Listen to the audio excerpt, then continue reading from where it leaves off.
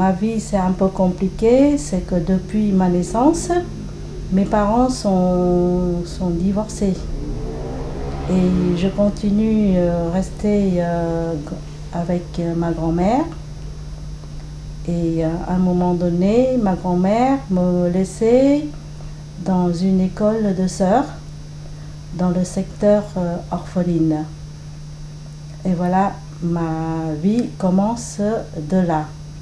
Donc, j'étais à l'école de sœurs, dans le secteur orpheline, en tant que j'étais à l'école, mais en réalité, je n'étais pas à apprendre du tout. Parce que, voilà, dans le secteur orpheline, je dois travailler pour les sœurs et tout ça. Donc, de là, à un moment donné, c'est-à-dire une année après, j'ai eu une fille qui est venue. Et je trouve bizarre, c'est que voilà, elle a porté le même nom que moi. Donc en rentrant à la maison, j'ai raconté à ma grand-mère. Je dis voilà, mamie, je trouve bizarre, cette année, il y avait une fille qui a le même nom que moi. Et tout ça. Ma grand-mère, elle savait, c'est ma petite sœur, mais moi, je ne le savais pas. Parce qu'on m'a tout caché de la long de ma vie. Et ma grand-mère m'a expliqué comme quoi que voilà, dans la vie, il y avait beaucoup qui a le même nom, qui a la même famille, qui a la même tout ça. Donc dans la vie, ce n'est pas que toi qui as ce nom-là. Voilà.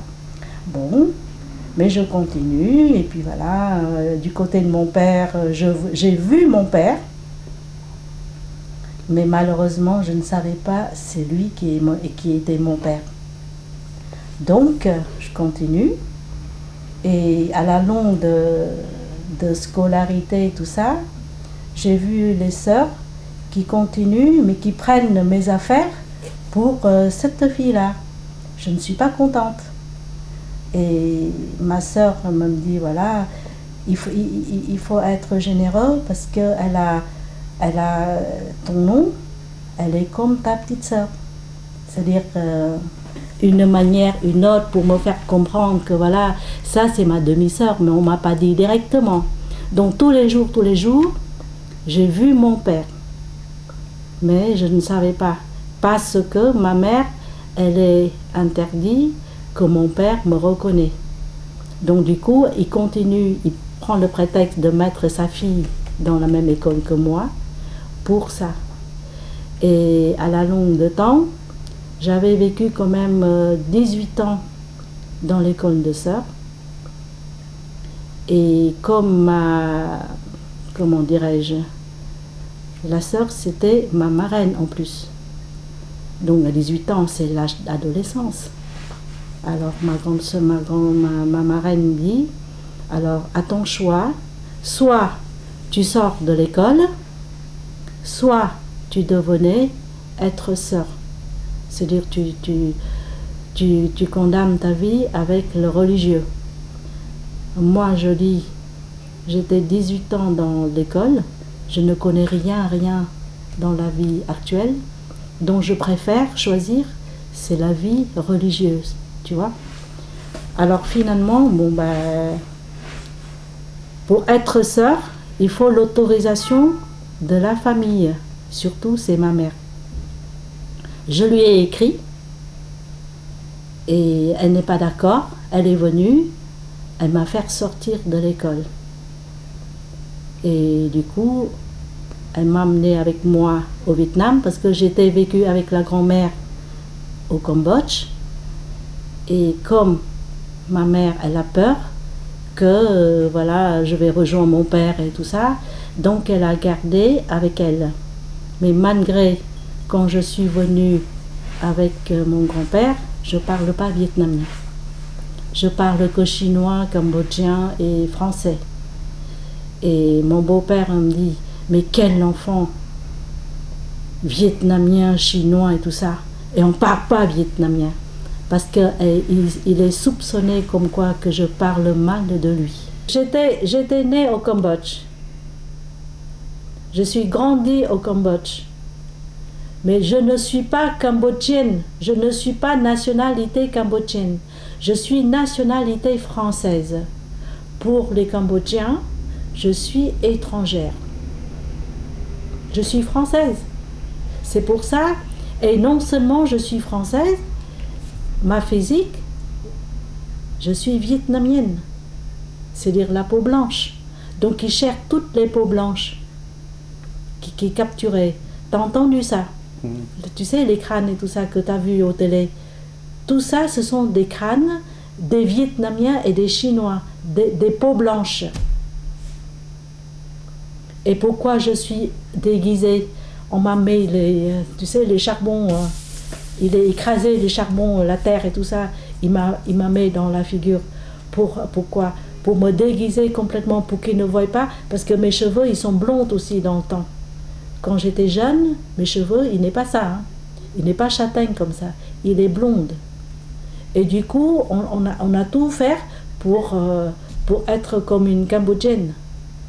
Et non seulement, je ne sors pas comme ça, je ne sors pas comme ça ouvertement. On m'a, tu vois, le charrette de vache, tu sais, pour mettre les pis de blé. On m'a caché dans le pli. On m'a mis dans la pochette autour. C'est c'est de terre et encore de blé autour, parce que les soldats de Pol Pot, ils piquent tout autour pour voir si on n'a pas caché quelque chose dedans. Et j'étais dedans. Voilà, jusqu'à sortie de la campagne, et de là qu'il m'a découvert. Tu vois, c'est ça. Voilà, c'est ça, c'est en temps de guerre. Et toute la longue de réfugiés, là, de fugue, nous sommes arrivés jusqu'à la frontière du Thaïlande. Mais on nous laisse pas partir. On nous laisse pas sortir la frontière. Il nous a tout confisqué, l'argent, la voiture, tout. Il nous tout confisqué, tout ça. On devrait rebeloter à pied de la frontière du Bangkok, retourner au Cambodge et reprendre une autre rue, une autre piste pour retourner dans la frontière du Vietnam. Donc à ce moment-là, on est retourné et puis on est arrivé aux frontières du sud du Vietnam. C'est-à-dire vers Mekong et tout ça. Voilà. Et sur la rue, dans notre famille, on a perdu deux proches. C'est-à-dire mon oncle, il avait, le père de mon oncle plutôt, il avait 80 d'âge, donc il n'arrive plus. Donc on l'a mis appuyé sur sous un arbre, tu vois, et on a gravé son nom. On met là. Et on ne peut plus, parce qu'avec lui, c'est un cherche énorme. On ne peut pas la trimballer une malade comme ça, ruisseau par ruisseau. Et du coup, on la met notre grand-oncle dans la forêt. Il est mort dans la forêt. Et on a un autre, en traversant le ruisseau, j'ai perdu aussi un cousin. Parce que son père, il avait 4 ans. Il a mis sur le dos. Et en traversant le ruisseau, il a glissé avec les algues. Il a balancé mon cousin et l'eau qu'il a pris. Donc, sur la route évacuée, on a perdu 2 proches. Dès que je suis arrivée à la frontière du Vietnam, c'est ma famille qui est venue pour m'accueillir. Et je continue de là avec ma famille, mais malgré tout, parce que avant, quand j'étais jeune, je travaillais aussi avec les Américains. Mais comme j'avais des fausses noms, donc les Vietcong, ils ne savaient pas. Alors j'étais pas état civil, j'ai pas le nom dans la famille, dans le carnet de familial, comment on dit ça? C'est le truc familial, là. Tu sais, le livret de famille. j'ai pas du tout le nom dans le livret de famille. Donc la ration pour les Vietcong, ça ne compte pas. Et comme ils ne savaient pas ma vraie identité, et je commence à rester avec ma mère en tant étrangère. J'attends jusqu'à la période où ils sont autorisés, les étrangères, déclarer. Hein, par exemple, si tu es chinois, tu déclares que tu es chinois. C'est-à-dire, on déclare de chaque nationalité, de chaque personne où il avait. Donc du coup, j'attendais juste là. J'attendais au moins 4 mois pour pouvoir déclarer, pour pouvoir intégrer dans la famille. Et voilà. Et de là, entre-temps, le Vietcong, il me cherchait aussi. Parce que, en temps de la guerre du Vietcong, du Vietnam, je porte pas le nom Apavou. Je porte le nom de mon beau-père. Du coup, il n'a pas trouvé mon identité. Heureusement, parce que sinon, j'étais aussi fusillée par le Vietcong. Oui, c'est ça. Et à côté, par exemple, chez moi ici, le Vietcong, il a vécu. On dit ça, c'est quoi? C'est les clandestines des Vietcong. Ils sont à côté, c'est mon voisin.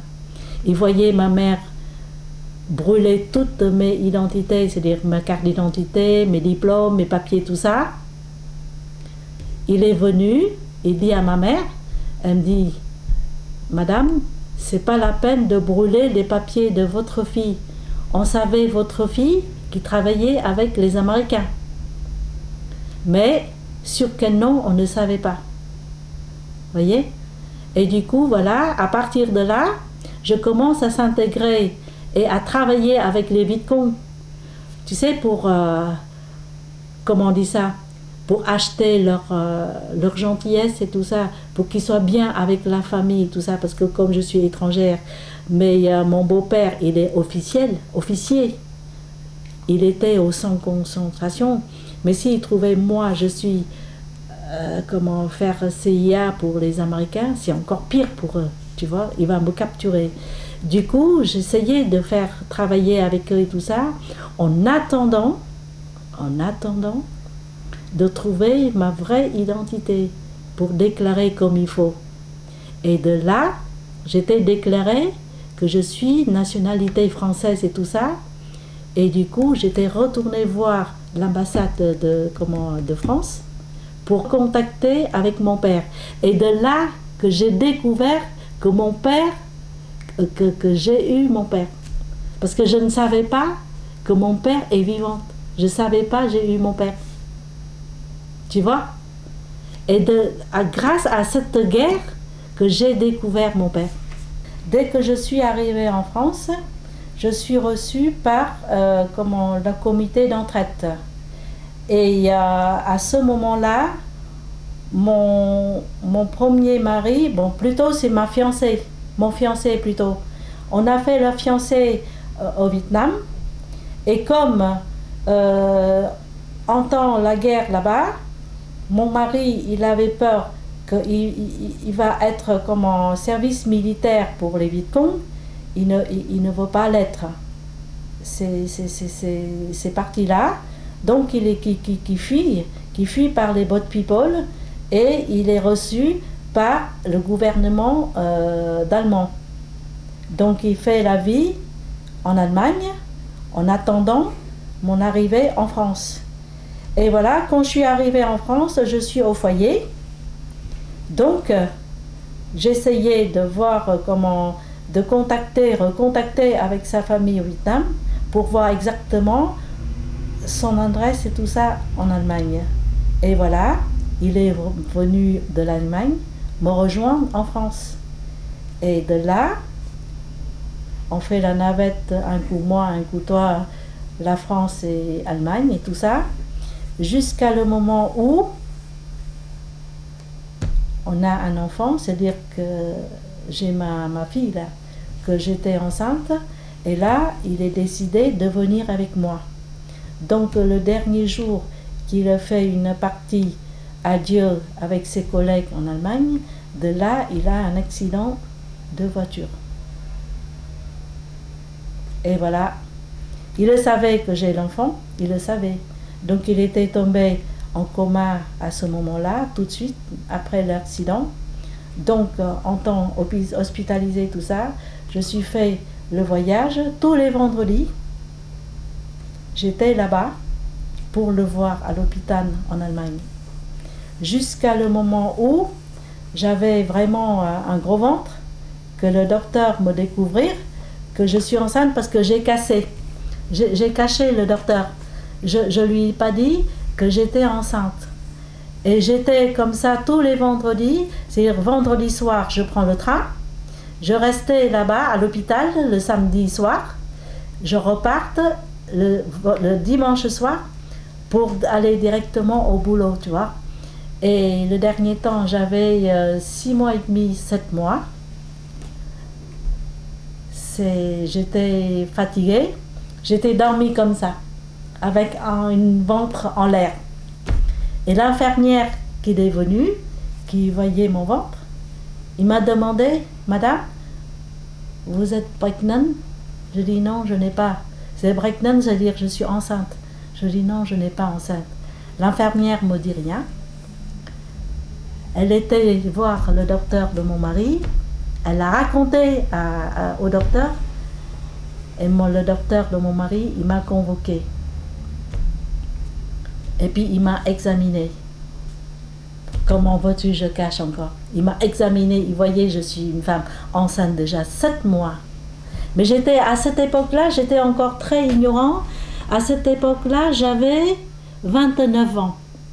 29 ou 30 ans par là. J'avais ma grande fille là. C'est à 30 ans, je crois. J'étais très très ignorante, tu vois. Et le docteur m'avait fait une lettre. Elle me dit, tiens, je vous fais une lettre. When you go to find your ticket, give it to SNCF. Il me disait ça. Je croyais qu'il me fait une lettre pour obtenir la réduction du billet. Je suis contente, tu vois. Et la dernière fois, j'étais chercher le billet pour moi. Donc je donne la lettre du docteur. Alors le monsieur, il me regardait. Elle me dit, Madame, je suis désolée, je ne peux plus vous donner le ticket et vous ne pouvez plus faire le voyage. J'étais étonnée, c'est-à-dire j'étais effondrée parce que j'ai beaucoup pleuré. Je dis pourquoi? Parce que mon mari, il était hospitalisé en Allemagne. Je dois aller le voir, il est en coma et tout ça. J'ai souffert, j'ai expliqué à la SNCF et tout ça. Elle me dit, non, Madame, j'ai l'ordre du docteur que vous êtes interdit de voyager au bout du 7e mois de grossesse, parce que vous êtes enceinte. De 7e mois, vous êtes interdit de faire le voyage. Et tout ça. Du coup, de là, je ne vois plus mon mari. Mais la dernière fois, j'ai oublié de te dire ça. Parce que la dernière fois, avant de m'interdire de faire le voyage, il m'avait expliqué. Elle me dit, Madame, je ne peux plus non plus garder votre mari. Parce que la place de votre mari, il y a beaucoup de demandes. Parce qu'il était en coma, tu sais, dans le truc, je sais pas, dans Réa, dans la stand de réanimation, là, tu sais. Donc la place là, ça coûte très cher en plus. Donc il m'a dit, je vous dis qu'on ne peut plus garder votre mari. Et là, je suis obligée de vous dire la vérité, il est à la fin. Maintenant, dès qu'on tire la prise, votre mari finit. Parce qu'il est à la fin. On ne peut plus les garder, il ne peut plus continuer à vivre comme ça, parce que, c'est-à-dire, son corps ne travaille plus. Il refuse tout maintenant. Donc, on l'attend la fin, on va la laisser partir, c'est-à-dire dans le calme, comme ça. Il va dormir pour de bon, comme ça. Il ne savait pas, il ne souffrira pas, il va partir comme ça. Donc aujourd'hui, vous l'avez vu, c'est fini, c'est la dernière La dernière fois que vous l'avez vu, on vous tenait au courant dès que votre mari est fini. J'étais enceinte, ma famille ne savait pas. Mon mari est mort, ma famille ne savait pas non plus. J'étais cachée de A à Z. Et je fais deux rôles, pourquoi? Parce que je fais deux lettres. Une lettre à moi et une lettre à lui. Comme quoi que, c'est-à-dire la situation est toujours belle et toujours normale et tout ça, tu vois. Comme il n'y a rien n'était. Jusqu'à le moment où j'accouche ma fille, et elle avait 1 an, et voilà, qu'est-ce qui m'est arrivé? J'ai une cousine qui fait les études en France, et comme peut-être ma mère, il a un pressentiment comme quoi, parce qu'elle était au Vietnam, voir ma famille. Donc ma mère, elle a envoyé quelque chose par elle. Donc qu'elle m'a contactée, elle me dit voilà Rosette, il faut que je vienne te voir parce que ta mère, elle m'a envoyé quelque chose. Je ne peux pas cacher Mélane, Angélique, parce que j'étais une studio, voilà, j'ai vécu un studio comme ça là, oui. Voilà, mon lit il est là, mon petit coin est là, et la salle d'eau est là. C'est un studio. Et tu sais, Angélique, elle est derrière le lit. Elle est venue, voilà, elle voyait qui? Elle voyait Angélique. Et je ne peux pas cacher, je dis la vérité, parce qu'Angélique, elle m'appelle maman. Et du coup, elle a appris ça, elle a écrit à sa mère, c'est-à-dire à ma tante. Elle me dit, voilà, maman, Rosette, elle a un enfant, elle a vécu dans une vie misère, avec son petit-enfant, avec une petite maison, misère et tout ça. Et voilà, mais Tata Blanchet, elle n'a aucun courant. Elle ne savait pas que sa fille, elle était comme ça. Parce que pourquoi? Tu sais pourquoi? Parce que, regarde, j'ai l'événement de mon mari, j'ai un enfant, j'ai tant de salaire. J'ai salaire combien? 650 francs par mois. 650 francs par mois, Luis. En 1979. Non, 680. 1980, c'est ça. Hein? Voilà. Parce que Angélique, elle a 1 an. Donc voilà, avec 650 francs. Et sur 650 francs, là, je dois acheter les médicaments et tous les mois, 100 francs. Donc sur 600 et quelques, médicaments et 100 francs liquides pour envoyer, pour supporter ma famille. Donc il me reste combien? Il me reste que 350 francs. Et heureusement, j'ai ma loyer. J'ai ma loyer, c'est le loyer spécial social. C'est en tant mère veuve, tu vois, et tout ça. Donc j'ai payé le loyer que 110 francs par mois. Donc grosso modo, il m'en reste 300 francs. Dans cette époque-là, encore francs français, hein. 350 francs pour tout, pour ma fille et pour moi. Tu vois, c'est une vie misère. Hein. Et voilà. Et du coup, grâce à ma cousine qu'elle est venue me voir, qu'elle a découvert, donc ma mère, elle était furieuse. Ma mère me dit, mais tata dans une vie misère, et tu n'as fait comme il n'y a rien n'était, il n'y a rien, comme tu es heureuse et tout ça. À chaque fois, Luis, quand j'ai reçu la lettre de la famille, on dirait c'est, je sais pas, tu sais, comme l'ordre du roi là. T'as une lettre longue comme ça. Et c'est-à-dire les titres de médicaments et tout ça. Il faut acheter ça, il faut acheter ci. Donc, comme la famille ne savait rien, moi je fais comme en temps normal. Donc, tu sais, j'ai acheté les médicaments jusqu'au point que la pharmacienne, elle me connaît. Elle me dit, Rosette, il faut dire la vérité à ta famille quand même. que tu as la vie misère, que tu as une fille à nourrir et que tout ça. Tu cherchais à droite, à gauche et tout ça pour nourrir ta fille, et dans l'autre côté, tu nourris les autres. C'est pas normal tout ça. Moi je dis c'est pas grave. J'attends encore un petit peu quand ma fille sera plus grande et tout ça. Tu vois? Et voilà, c'est grâce à ma cousine que ma mère elle a fait une lettre de 7 pages pour m'expliquer, pour m'excuser, pour tout ça et tout ça. Et voilà. Et de là qu'il m'avait demandé moi. À cette époque-là, quand Angélique elle va avoir 2 ans et demi, l'appartement est trop petit, donc je demandais une grande. Et quand j'avais une grande appartement, j'ai une cousine qui m'a proposé d'aller voir les meubles, cuisine et tout ça pour installer dans mon nouvel appartement, tu vois. Et de là, j'étais voir chez ma cousine. Je l'ai amenée Angélique avec moi chez ma cousine. Et là que j'ai rencontré Hu, tu vois. Mais dans ma tête, je n'ai pas la tête cherchée à un autre homme, hein, tu vois. Et Hu, quand il voit Angélique, et il voulait rapprocher Angélique et tout ça, et comme moi, en tant que femme seule avec un enfant seul, j'ai éduqué Angélique très strict.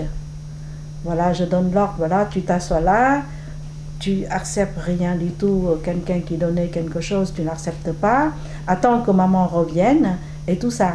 Ou, il voyait Angélique et les bouboules et tout ça, elle est très mignonne, hein. Et du coup, je suis disputée avec ma cousine dans la cuisine, et il est venu, il me voyait, surtout il craquait, c'est Angélique. Mais c'est une bonne coïncidence.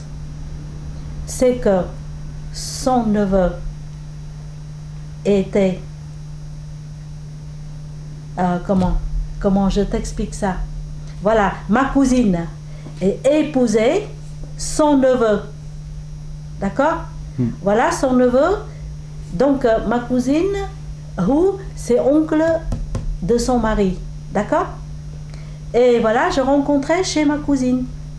Après, bon, cuisine et tout ça, j'ai acheté, je fais tout, je suis rentrée à la maison. Je n'y compte plus. Même je n'y compte pas non plus, parce que pour moi, c'est un monsieur qu'on a rencontré chez ma cousine, voilà, je ne fais pas attention. Par contre, lui, il m'a remarqué. Donc, il voulait me revoir. Mais comment? Parce que ma cousine, elle ne sait pas non plus mon adresse, ma nouvelle adresse et tout ça. Parce que j'ai contacté avec elle très rare, tu vois. Et du coup, par occasion, on était à la fête de fin d'année. Tu sais, à comment on dit ça? Tu sais, à la salle de mutualité, là. À côté Saint-Germain, en lait et tout ça. Et du coup, on était à la fête, on a dansé et tout ça, avec une copine et tout ça, tu vois. Tu sais bien, après 1 heure, il n'y a plus de transport. Et j'ai Angélique avec moi, avec la poussette, avec les couches, avec tout ça, tu vois. Du coup, il m'a proposé, parce qu'on se revoit là. Il est content. On a dansé ensemble, on a discuté et tout ça. Là, il a l'occasion de rester plus longtemps avec moi et parler plus longtemps avec moi, tout ça. Et il apprenne aussi ma situation et tout ça. Et fin la fête, c'est déjà 2 heures, 3 heures le matin. Angélique, elle dormait dans sa poussette. Et il m'a proposé de m'emmener. Et moi, en tant que femme, j'étais très méfiante à ce moment-là. Elle me dit, tiens, tu veux pas je t'amener à la maison? Lui, il habite à Vélizy et moi, j'habite à Pontoise. C'est loin, hein? Elle me dit, c'est pas grave, maintenant, vous allez partir, il n'y a plus de transport, il n'y a plus rien. Je dis, c'est pas grave, j'ai une autre personne qui a déjà me proposé à m'emmener à la maison et tout ça, mais en réalité, je l'ai menti. J'ai personne. Je l'ai menti. Et après, moi et ma copine, on était au métro. Évidemment, le métro est déjà fini. Donc on est, tu sais quoi? On a resté dans le métro. On attend le premier train de métro pour partir à la maison, parce que j'habite à Éragny, moi. Et voilà, il a essayé de venir, mais je dis pour l'instant, je suis encore le deuil de mon mari. J'ai pas le droit de faire de quoi que ce soit. Surtout, c'est les hommes. J'ai pas le droit de recevoir des hommes à la maison et tout ça. Si tu me respectais, si c'est vraiment tu voudrais être mon ami, il faut attendre que il faut attendre que je levais le deuil pour pouvoir être libre, je dis. Mais pour l'instant, je peux rien faire. C'est le coutume. C'est comme ça. Donc voilà, il m'a attendu. Il est venu de temps en temps m'amener manger ou bien venir sortir Angélique et tout ça. Et voilà. Donc il m'attendait quand même 6 mois. Et après, quand je levais le deuil de mon mari, il demandait autorisation de l'amener sa tante pour venir me voir, pour voir, voilà, il voulait mettre comment faire la vie avec une veuve et puis une personne qui est déjà mariée et puis un enfant, tout ça, pour montrer à sa tante et tout ça.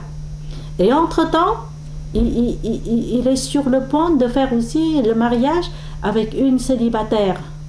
Mais elle est vécue au Canada. C'est une diététicienne. Elle est très haute, hein. C'est une doctorat. Parlant des études entre moi et cette doctorat, tu vois, c'est une en haut et une en bas. Donc je me méfiante, vraiment, tu vois. Et je parlais aussi avec ma cousine là, je dis non, je ne peux pas être avec lui parce que lui, il est ingénieur de MIT. C'est une des écoles très très très réputées à Boston. Je ne sais pas, est-ce que tu connais, à Massachusetts, tu vois. Il est ingénieur naval, très haut. Et moi, je suis rien que, tu vois, un agence du bureau, rien 1000 fois. Français, il parle même pas 3 mots. J'étais très très complexée, si tu veux. Mais lui, c'est autre chose. Lui, il ne voit pas tout ça. Il me dit, l'amour, on ne voit pas tout ça. On voit le cœur et l'amour. Et le comportement de la personne. Si elle est correcte ou si elle n'est pas correcte. Rien que pour lui justifier, c'est que déjà je suis correcte pendant la période de deuil.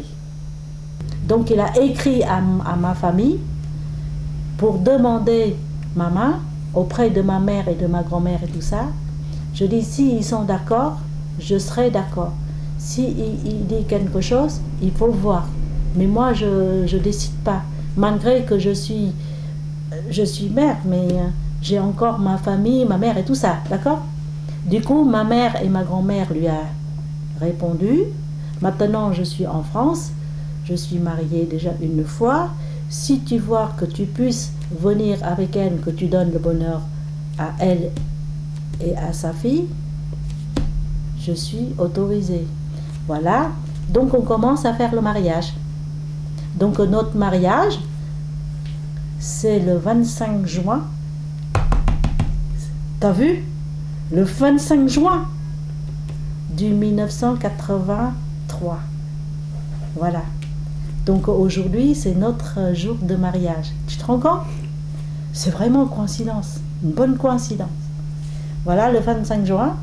Donc après le mariage, on était parti en Jordanie.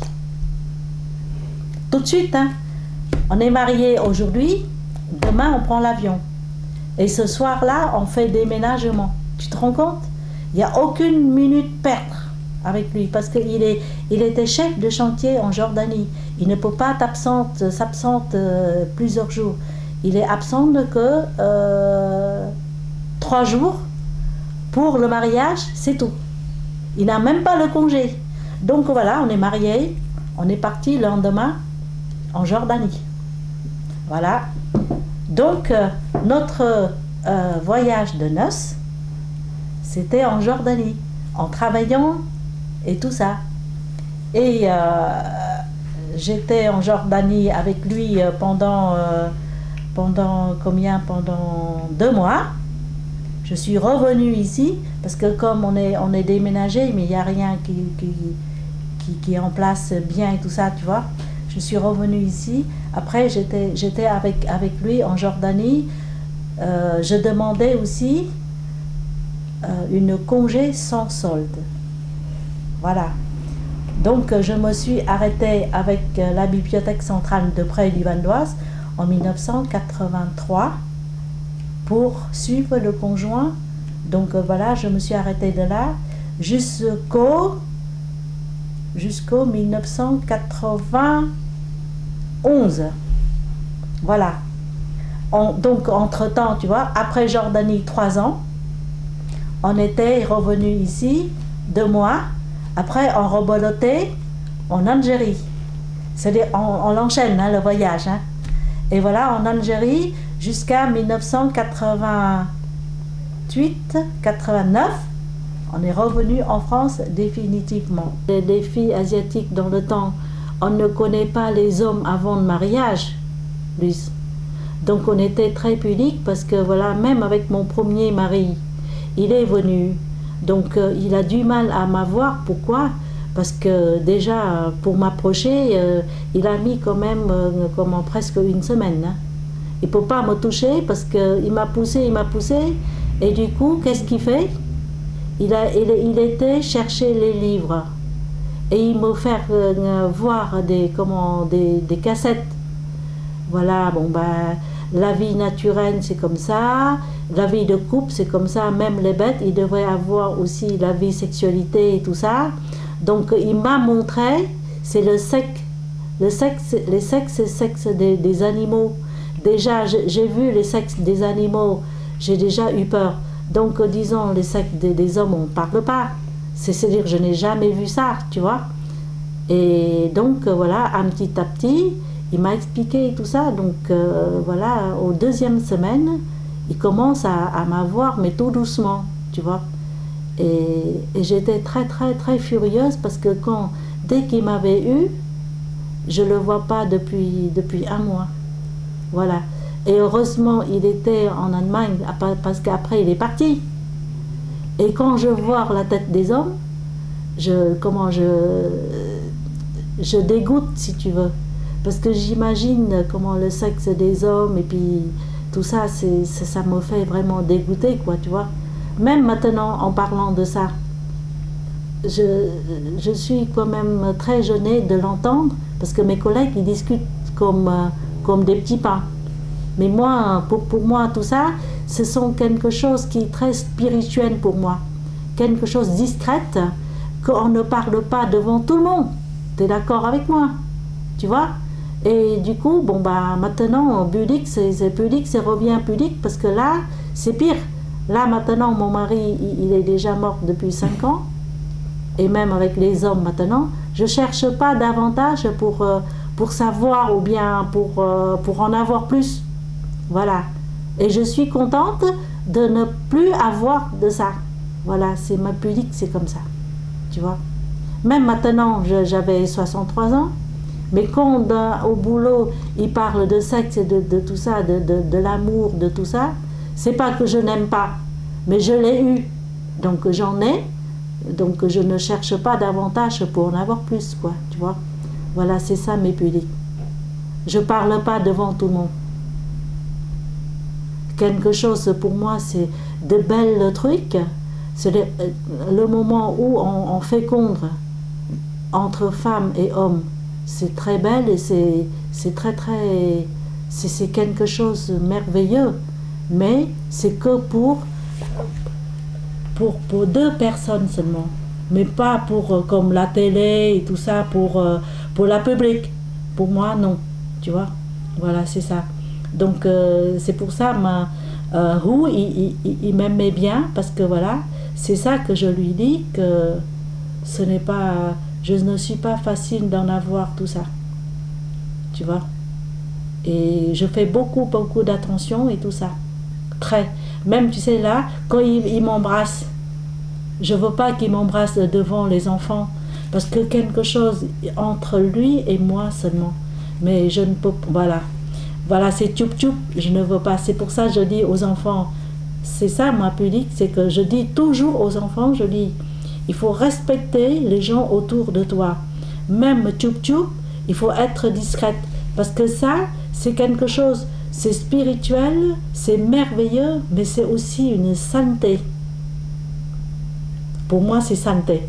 Là, maintenant, pour moi, ça, c'est sainteté pour moi. Donc, tu vois, ça, pour moi, c'est pour ça, les enfants, maintenant, ils s'embrassent et tout ça, jamais devant moi. Jamais, jamais. Même le film et tout ça, je ne regarde pas. Parce que parfois, il y a des scènes sexuelles et tout ça. C'est pas ça. Maman, tu as honte? Non, je n'ai pas honte. J'ai eu ton père, j'ai eu même 2 pères. Je connais, je apprécie et je l'aime beaucoup. Mais c'est quelque chose, c'est entre nous deux. Mais on ne parle pas devant. Et on ne montre pas. Voilà. Parce qu'elle me dit comment tu fais. Si tu l'aimes pas, pourquoi tu es à nous et tout ça. Moi je dis si, je l'aime beaucoup. Mais je ne vais pas casser le casserole pour dire que voilà, j'aime le sac. Non. Quelque chose qui est très, très, très discrète pour les couples. Même maintenant, devant tout le monde, je dis, le corps humain, on ne peut pas éviter. C'est quoi? C'est le plaisir, c'est le désir, c'est tout ça. C'est le corps humain. Tout le monde en a besoin. Tu es d'accord avec moi? Mais à un moment donné, quand on a, c'est comme un gâteau. Tu vois? Par exemple, tu passes au magasin, tu vas dans une boulangerie, par exemple. Tu vois ce gâteau, il est bien présenté et tout ça. Voilà, tu as envie de manger. Comme le corps d'une femme. C'est pareil. Si tu passes une belle femme, elle s'habille bien, il y a un corps oméga et tout ça, tu as envie de savoir. Voilà, c'est parce que tu as envie, c'est dans la tête, tu as envie de savoir. Donc on va un peu plus loin, voilà. Il faut absolument que tu aies cette femme, que tu couches avec cette femme, que tu découvres son secret. C'est quoi? C'est le sexe. C'est tout.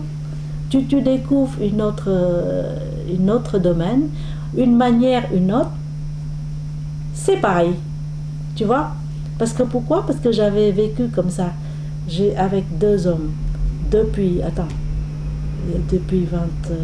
30 ans. D'accord? J'avais une coupure de 3 ans de mon mari. Après, je reviens avec une deuxième mari.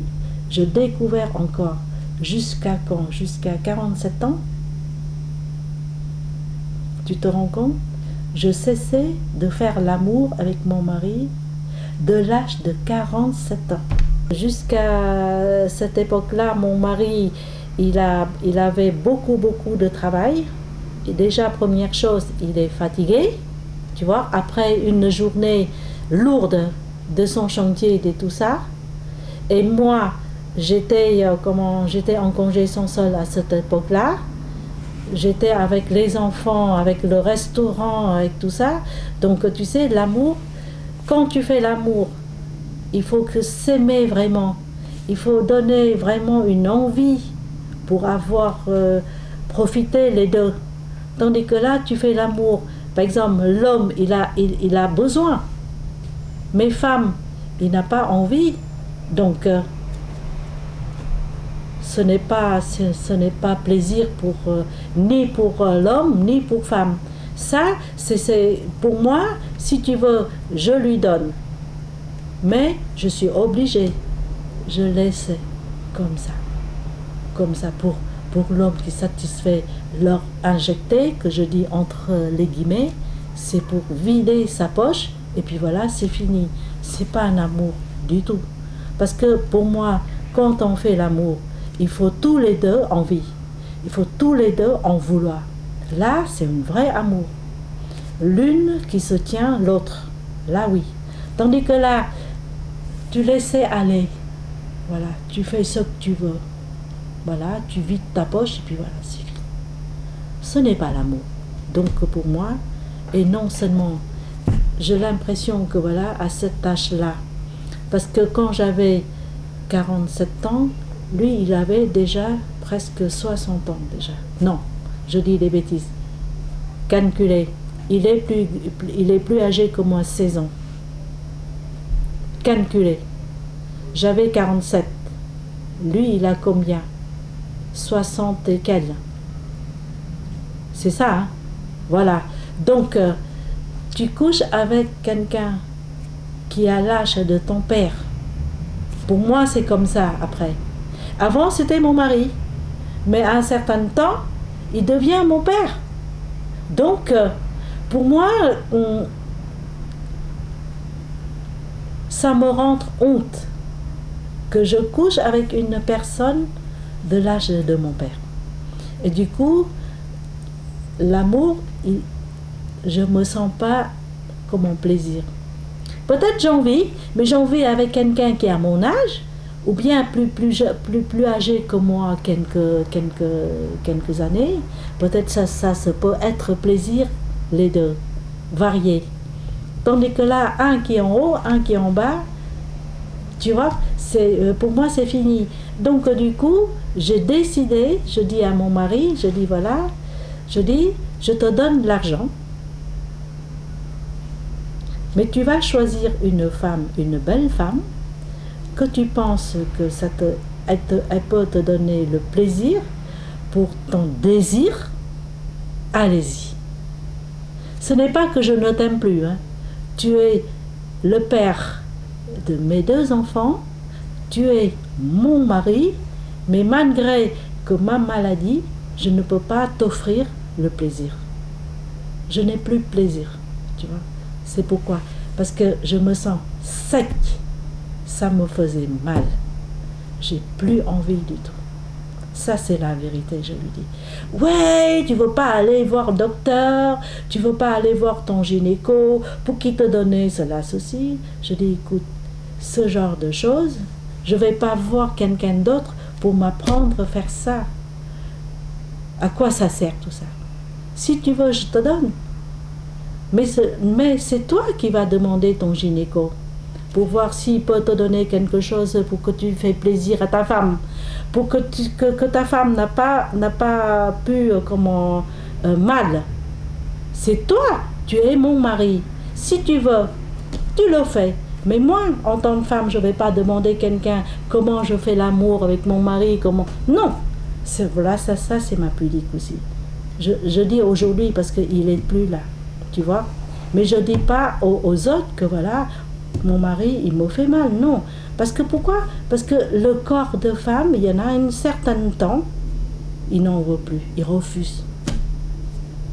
Il ne dilate plus son vagin. Ça, il faut faire gaffe à ta femme aussi. Il ne faut pas dire, parce qu'au début, mon mari, il me dit que je l'aime plus. Non, c'est pas ça. Je l'aime beaucoup, regarde, le pauvre. Jusqu'à maintenant. Il est mort. Je l'aime toujours.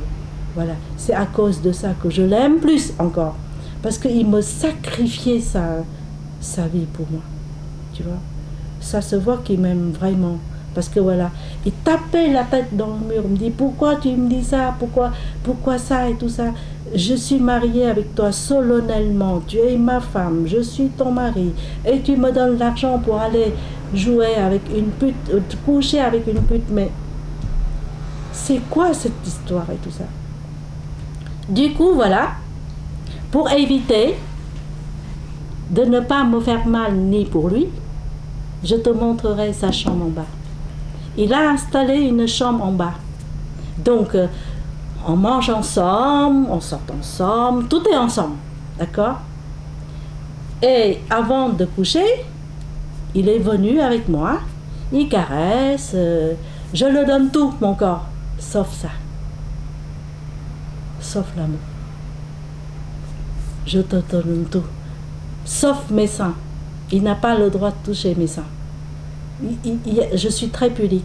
Je ne peux pas quelqu'un qui tripotait mon corps non plus, tu vois. Je te donne tout, sauf le sein. Je donne pas. Même mon mari, je donne que mes 2 enfants. C'est tout. Et je donne au sein mes enfants, je l'ai allaité. Il est très content, mon mari, de pouvoir toucher mes seins. C'est les périodes de l'allaiter. Pourquoi? Parce que quand je l'allaite, c'est lui-même qui essuyait mes seins, faire propre les seins pour donner au bébé. C'est mon mari. Et tu sais, à un moment donné, parce que comme tes seins, comme au début, le sein, il est dur, parce que c'est le lait, tu vois. Donc il faut qu'il fait le massage, le sein, pour que le lait, pour que le sein, il soit, comment on dit ça, soit souple, pour que le lait coule. Il est heureux que les périodes que je donnais à l'été à mes enfants. C'est tout. Il a le droit de toucher mes seins que quand allaiter mes enfants. C'est tout. Mais entend faire l'amour et tout ça, il ne touche pas mes seins. C'est curieux, n'est-ce pas? Dans le corps de la femme, même dans mon corps de moi-même, je prouve la plus belle de corps d'une femme, c'est les seins. Tu vois, c'est les seins. Donc, à un moment donné, si tu l'abîmes, les seins, parce que si tu veux, je peux te dire la vérité, j'ai 63 ans, mais mes seins, c'est comme une jeune fille. Il tient toujours, sans porter le sous-type, le sein, il est comme une jeune fille. Voilà. Parce que si tu vois, parce qu'il y en a parce que j'ai vu beaucoup, et puis j'ai étudié beaucoup auprès de mes collègues, de mes amis et de tout ça, et que je vois des films porno et de tout ça. J'ai vu des films porno et tout ça. Et le plaisir de l'homme, tu me dis la vérité, le plaisir de l'homme c'est quoi? C'est tripoter les seins, c'est ça. C'est même toi-même, tu dis ça. C'est le plus plaisir de l'homme, c'est le sein, c'est ça. Tandis que mon mari, je lui donne le plus plaisir pour lui, c'est mes oreilles. Il peut toucher mes oreilles, n'importe où, tu vois. Mais mes seins, je les garde. C'est pour ça, nous, dans notre vie de couple, c'est spécial. On peut, et non seulement, tu vois, ça se voit l'amour de mon mari qui m'avait donné, c'est aussi très correct. Parce qu'il me respectait. Parce que moi, je lui respecte, un certain niveau, et lui, il me respecte aussi dans un certain niveau. Il veut pas. Parce que je dis, si tu contre moi, c'est fini l'amour. Parce que pourquoi? Dès que je sens quelque chose qui n'allait pas dans le corps, tu te sens plus à l'aise. C'est vrai ou non? Même toi-même, si en tant que sexualité, si ça te contrariait quelque chose, du coup, c'est fini. Même mon mari, j'ai remarqué, tout d'un coup, comme ça, il s'arrêtait. Tout d'un coup, comme ça. Et regarde, ça te coupe tout. Toi, t'as pas de plaisir, tu t'énerves aussi ta femme. Parce que pourquoi? On est en train d'être plaisir, nous deux. Et du coup, t'as fait quelque chose, je fais quelque chose, ça coupait le sexe de l'homme. Il est terminé. Il sortait avant de prévu, par exemple, comme ça. J'ai beaucoup étudié de ça, Luce. J'ai beaucoup étudié de ça. Après avoir mon deuxième mari, parce que pourquoi je te dis ça? Parce que mon premier, je ne connais pas. Il est déçu chaque fois, mon premier mari. Parce que pourquoi? Parce que je ne respecte pas. Par exemple, il me dit, tu tiens, par exemple comme ça. Rien qu'il me dit ça, je suis perturbée, je lui fais sortir tout. Je n'arrive pas, parce qu'à force que je me tiens, je fais quelque chose sans faire exprès, il est terminé. Il est sorti avant, par exemple. Voilà, c'est ça, c'est très très important, la vie de sexe, la vie de couple. Il faut qu'on soit associés les deux. Il faut qu'on s'entende tous les deux, pendant et après l'amour. C'est ce que je dis toujours aux jeunes. Elle me dit, mais Rosette, comment tu as appris tout ça? Moi je dis, j'ai lu. Parce que pour mon mari, pour mon deuxième, je fais beaucoup d'efforts pour lui. Parce que, tu sais, parce qu'une certaine temps, un certain âge, la femme, il tient plus longtemps que l'homme, toujours.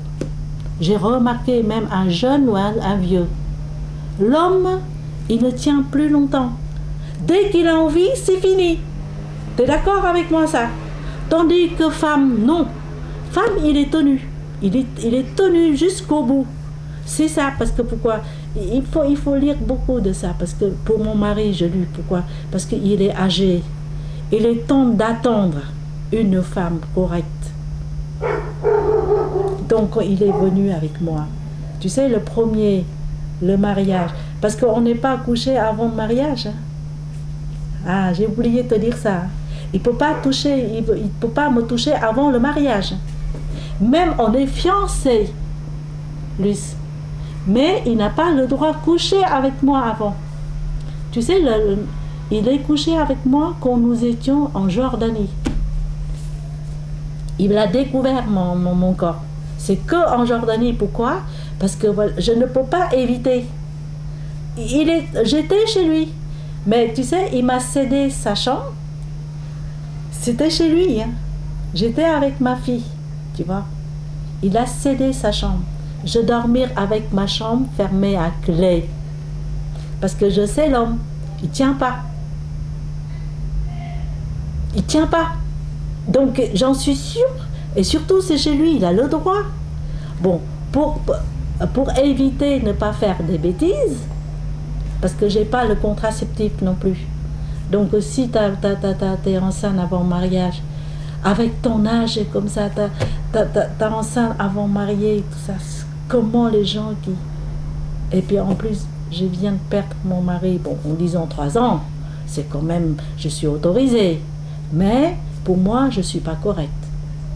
Donc, je dors avec la chambre fermée. Tu te rends compte? Et du coup, quand c'était en Jordanie, c'est là qu'on est obligé, parce que voilà, ça y est, on est mariés. Donc voilà, mais il a du mal. Hein. Je te dis, il a du mal. Il a du mal que la première semaine, il n'arrive pas. Il fait que dehors. Il fait que dehors, je te dis, le pauvre.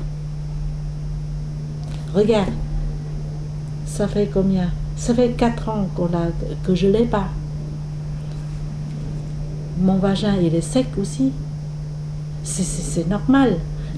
Ça revient comme jeune fille. J'ai beaucoup de mal.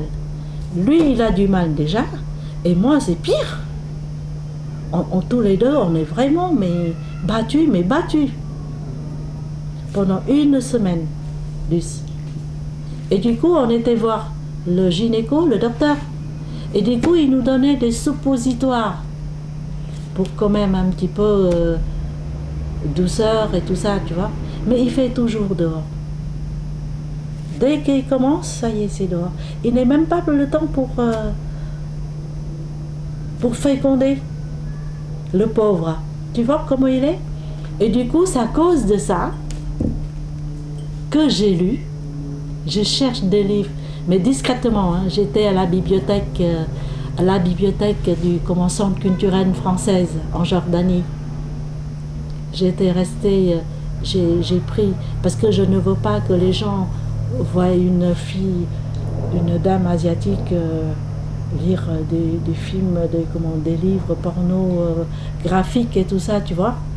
Et du coup, j'ai pris le livre, je restais dans le rayon, j'ai lu et je note. Et je vois pourquoi les hommes sont comme ça.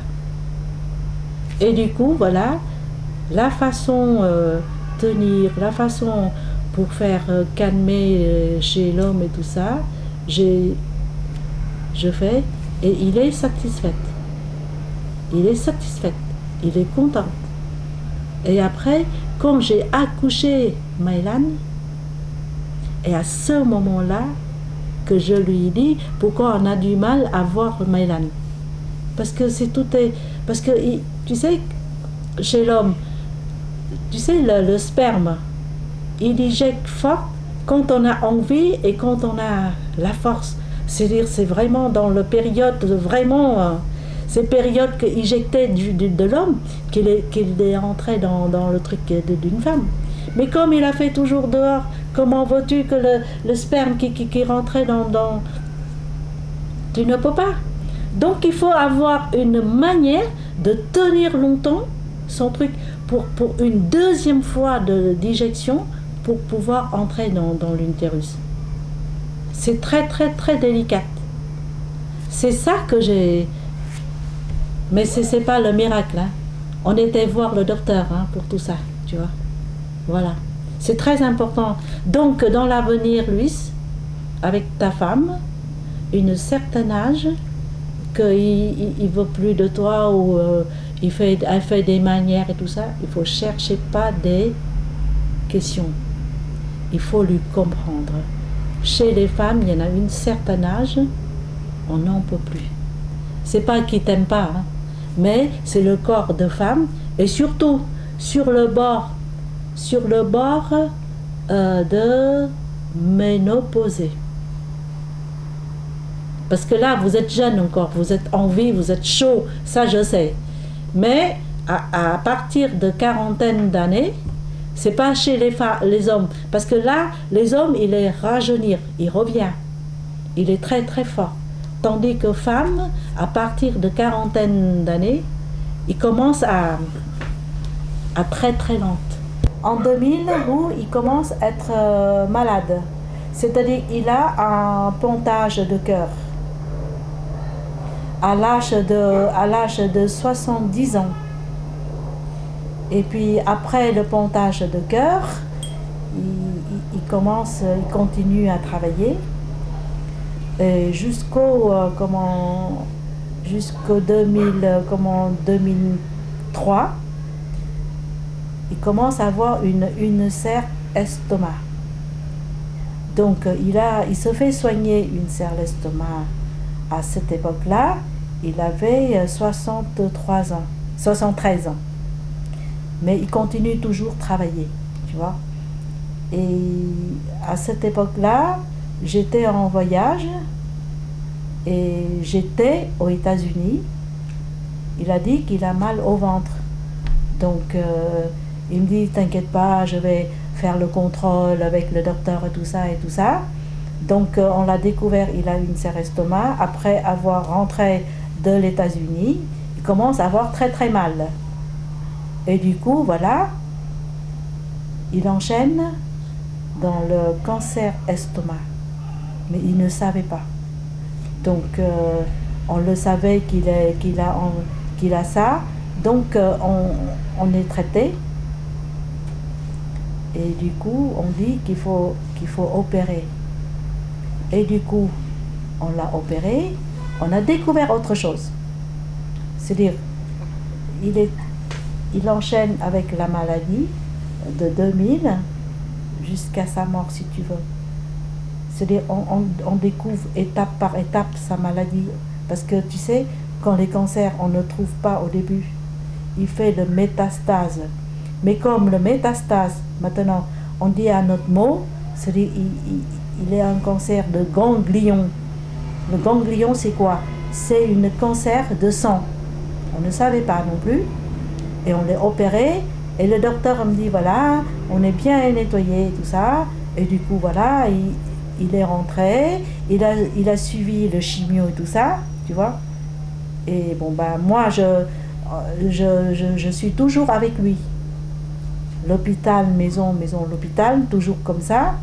Et cette dernière, quand c'est son anniversaire, c'est le 7 avril 2004. C'est son anniversaire. Hein. J'étais travaillé, je suis rentrée avec son gâteau. Et quand je suis rentrée, mais là, elle a pleuré beaucoup. Elle me dit, maman, papa n'est pas n'est pas normal, il est complètement déréglé, il fait des crises, il clenche des crises et tout ça, il a eu mal, tout ça. Donc du coup, à ce jour-là, son anniversaire, avec son gâteau et tout ça, on l'avait invité une de couple de ses amis intimes à côté. Et du coup, il est venu, il l'a embarqué directement à l'hôpital. Et de là, il est hospitalisé sans arrêt. Et après, on l'a découvert, autre chose, c'est qu'il a un cancer de cerveau. Et il a beaucoup souffert, beaucoup souffert. Et du coup, on lui dit on suit le chimio, mais comme il a cancer de crâne, on peut pas opérer, on peut rien faire. Et après, voilà, on est en train de fabriquer une masse, une casse pour tu sais, pour piquer sa crâne là, tu vois, pour le cancer. Et du coup, on ne peut plus parce que son corps est complètement refusé. Donc du coup, il était hospitalisé jusqu'à... On a convoqué c'est comme il a trop souffert. Et puis on l'a convoqué, comment on dit ça, le coma artificiel. Et il restait le coma artificiel pendant 3 semaines.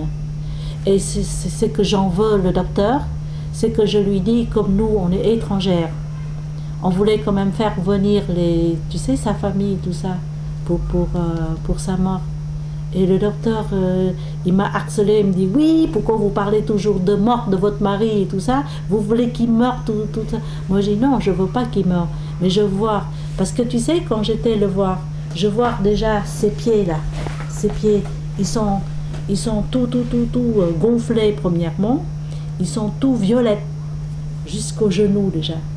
Nous, Asiatiques, quand on voit le symptôme, les hématomes qui montaient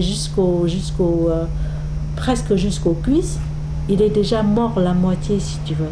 Là, il vit, le cœur, il bat toujours parce qu'il a branché sur le truc artificiel. Tout est artificiel. Donc du coup, on l'avait vu le samedi après-midi, on réunit toute la famille pour avoir ses états. Donc le docteur qui lui soignait, il me dit devant les enfants et tout ça, il va se passer, il va s'en sortir et tout ça. Le samedi soir, le lundi, on a encore voir le docteur, encore une dernière fois et tout ça. Il dit encore toujours, il va s'en sortir. Donc c'est rebelote encore le deuil. Et on fait le 49 jours, après 100 jours.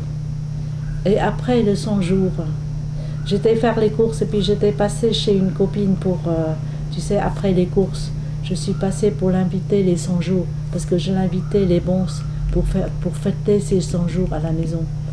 Et tout ça. J'avais mal au l'estomac.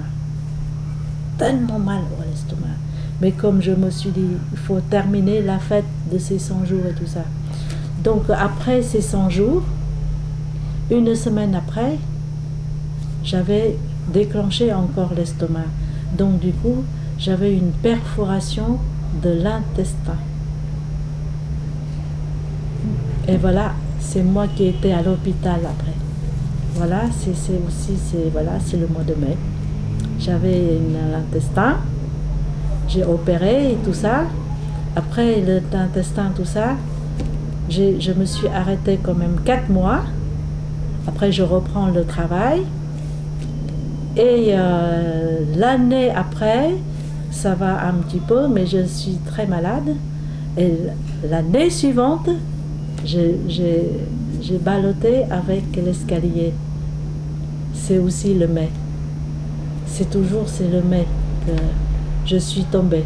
Mon mari, il est mort le mois de mai. J'ai accidenté aussi le mois de mai, hospitalisé le mois de mai. Et c'est une bonne coïncidence que je quittais mon pays aussi le mois de mai. C'est-à-dire, je quittais voilà, J'ai 5 personnes qui m'accompagnaient à l'aéroport. Je suis quitté la maison à 5 heures.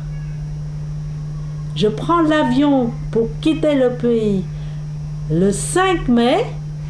Et voilà. Et l'année, c'est l'année 77. Sauf l'année qui n'est pas le 5. Mais 5 personnes, le 5, le mois de mai, tout est mai, tout est 5. Et mon mari, elle est morte aussi le mois de mai. Donc le chiffre numéro 5 pour moi, c'est un chiffre malheur.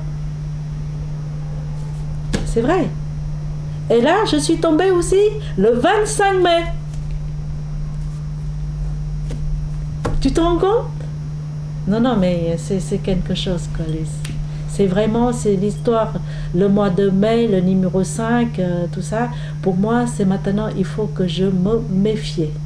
C'est vrai, hein? De l'enfance jusqu'à l'âge de jeunesse, j'ai que des malheurs.